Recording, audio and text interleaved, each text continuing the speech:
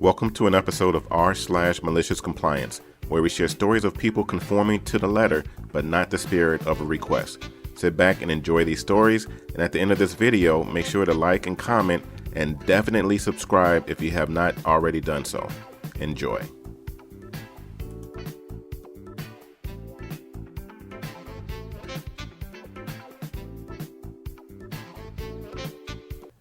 And this story is posted by u/SLM Pickings.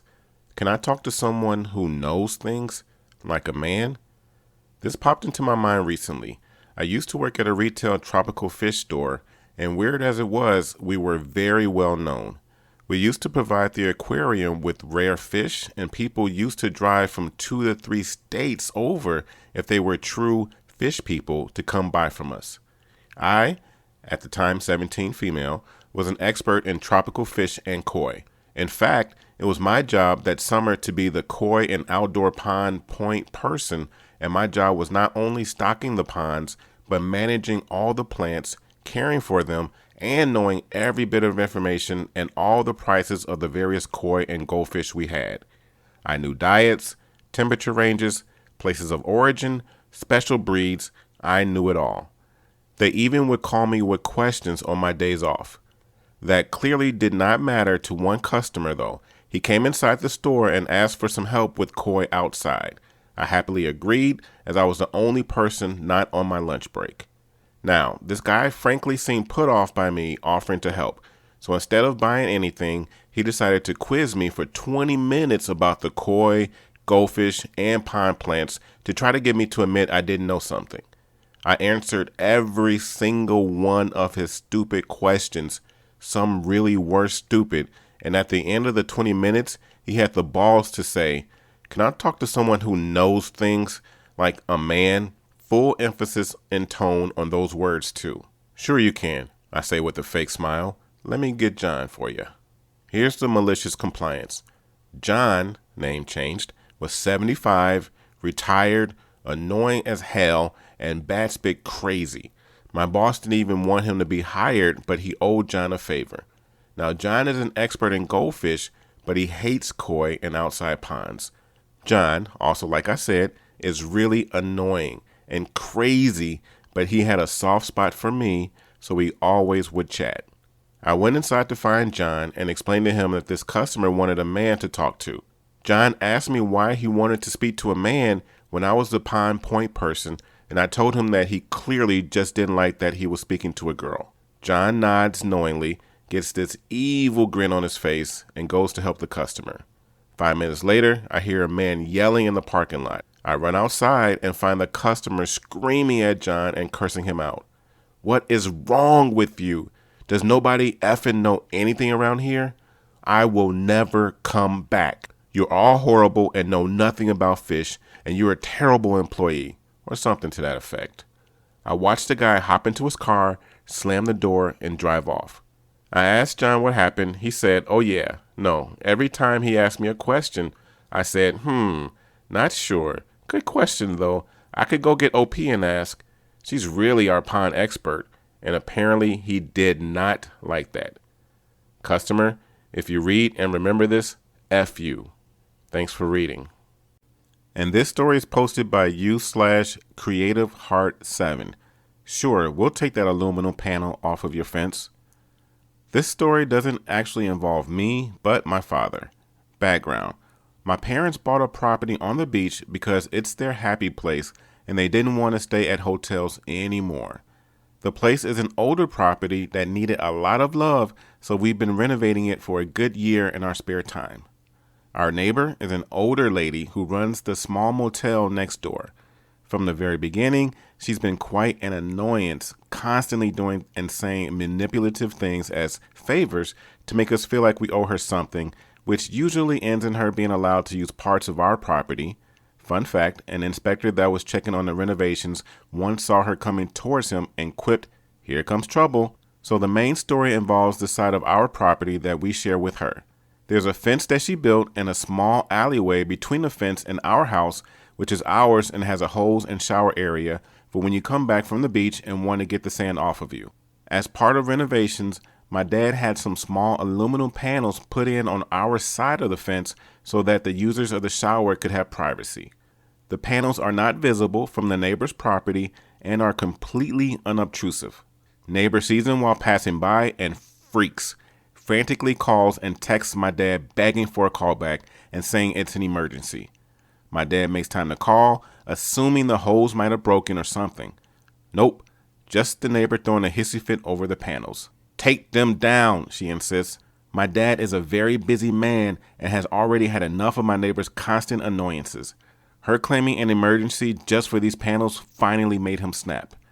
The malicious compliance.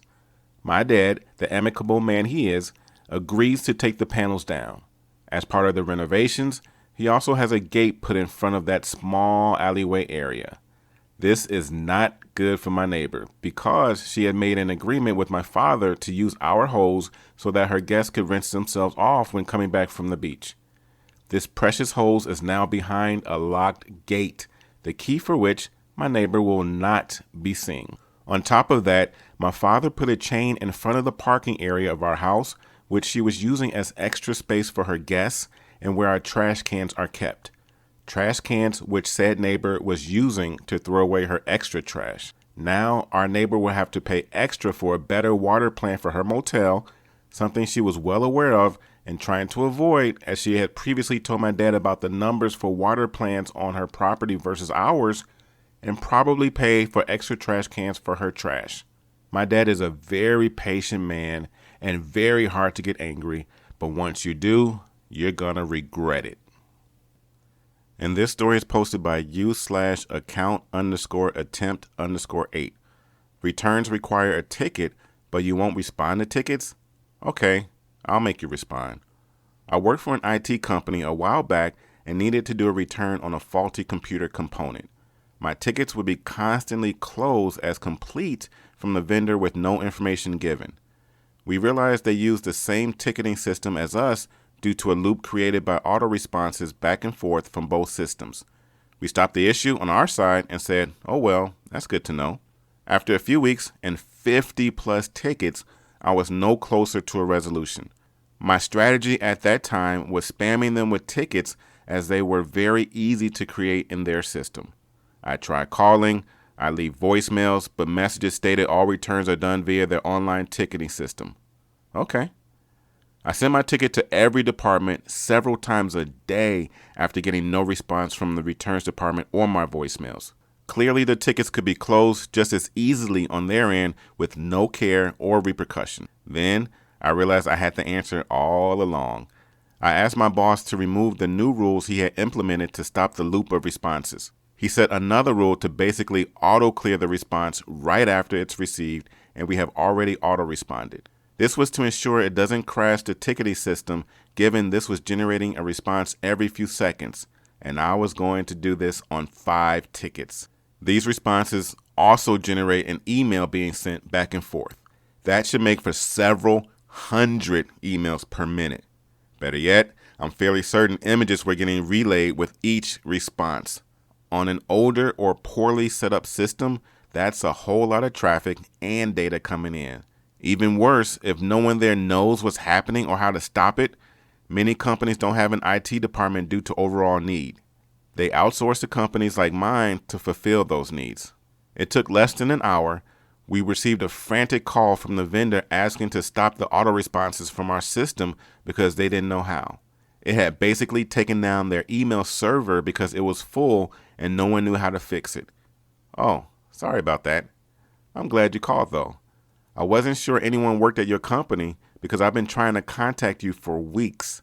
We didn't notice a problem on our end, but we can see what's going on now. Must be a different setup. Weird.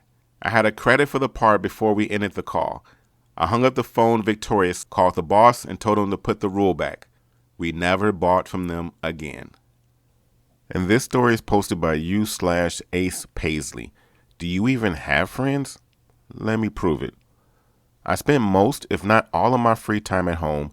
I still live with my mom and stepdad, but my mom had always encouraged me to get a footing before moving out, and she said she would never kick me out.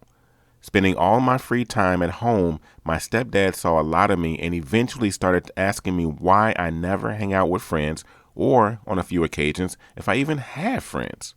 Spoiler alert, I do have friends. I started getting fed up with him asking me why I'm home so much, and it made my day when my stepdad said, "You never get out of the house. Go hang out with friends. Spend some time outside." Okay. Next day, I didn't come home from work. Instead, spent several hours at my friend's house and then came home to sleep. I had packed ahead so that I could do schoolwork while I was out. Next day, I was off work and I left fairly early and hung out with the same friend all day. Stayed the night.